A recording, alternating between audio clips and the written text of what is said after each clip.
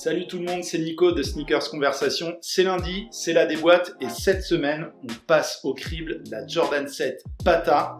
Installez-vous confortablement, c'est parti.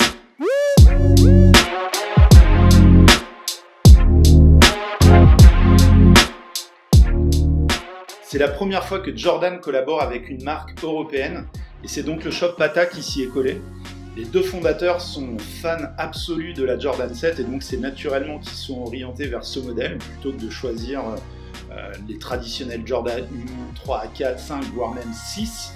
Et franchement je suis plutôt content parce que j'ai moi-même grandi dans les années 90 et c'est vraiment un modèle qui a une grosse importance pour moi, notamment grâce à la Dream Team puisque Michael Jordan portait ce modèle, en tout cas la Jordan 7 pendant les JO. Et ça, c'est resté gravé là-dedans. Donc très content de voir ce modèle ressurgir pour cette belle collaboration.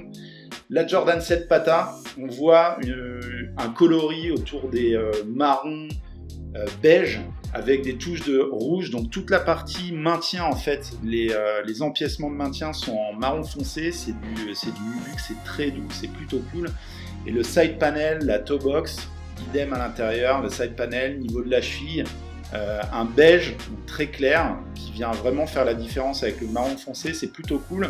Et pour casser un petit peu ce côté marron beige, ils ont ajouté des touches de rouge rose qui sont plutôt chouettes. On le retrouve notamment sur le chausson du RH avec les motifs triangulaires qui sont vraiment une caractéristique importante de la Jordan 7.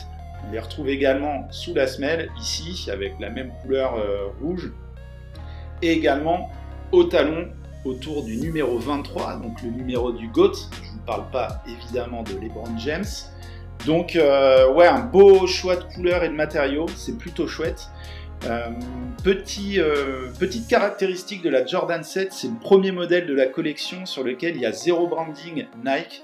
C'est du Jordan 100%, donc on retrouve le Jumpman bien évidemment au niveau de la cheville, un autre sous la semelle, et je vous l'ai montré tout à l'heure, je vais le montrer de plus près. On a également l'inscription Air Jordan au niveau de la languette. C'est la même inscription qu'on retrouvait sur la languette de la 6. Et donc pas de branding Nike. Et je trouve ça du coup encore plus intéressant que la team Pata ait choisi de mettre les logos Pata en énorme sur la semelle. C'est un parti pris assez audacieux, je trouve. Moi personnellement ça me plaît beaucoup, mais je sais que ça divise pas mal la communauté sneakers. N'hésitez pas évidemment à me dire en commentaire ce que vous en pensez, vous. Donc une collaboration que je trouve vraiment réussie, même la boîte est canon avec le dessin du modèle au-dessus et le gros logo Pata sur l'un des côtés. Je suis vraiment fan de ce modèle. Il est sorti le 18 mai dans les boutiques Pata et également sur leur boutique en ligne. Si vous l'avez raté, pas de panique, elle ressort en global release le 15 juin prochain avec la ligne de sap qui allait avec. Donc il y a un jogging, le haut et le bas vendus séparément, ça coûte un peu cher perso. Je vais passer à côté de ça même s'ils sont très chouettes. Il y a également un short, un bob et un t-shirt. Donc tout ça le 15 juin prochain. N'hésitez pas à vous rendre sur l'application Nike Sneakers, c'est sûr que ça sera dispo ici et probablement dans certaines boutiques également. Voilà, j'ai oublié de mentionner également que on a un wording Team Pata ici puisque la boutique Pata et les fondateurs sont vraiment très fans de l'esprit communautaire, de la famille et donc ils ont tenu à le mettre ici au niveau du talon. C'est tout pour cette déboîte, on se retrouve la semaine prochaine. D'ici là, portez-vous bien et on se revoit lundi. Ciao, peace.